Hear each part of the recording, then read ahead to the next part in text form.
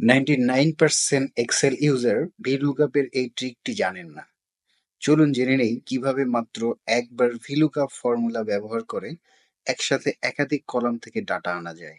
এর জন্য প্রথমে ইকুয়াল দিয়ে VLOOKUP ফর্মুলা লিখে লুকআপ ভ্যালু দিয়ে টেবিল অ্যারে, এরপরে কমা, কমা দিয়ে সেকেন্ড ব্র্যাকেট দিয়ে কলাম ইন্ডেক্স নাম্বার।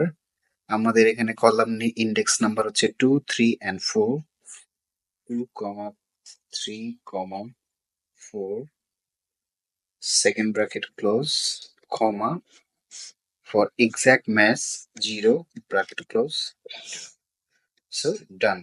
এক্সেলের এরকম আরো ট্রিক্স জানার জন্য চ্যানেলটি সাবস্ক্রাইব করে রাখুন এবং ভিডিওটি ভালো লাগলে একটি লাইক এবং কমেন্টস এবং শেয়ার করবেন।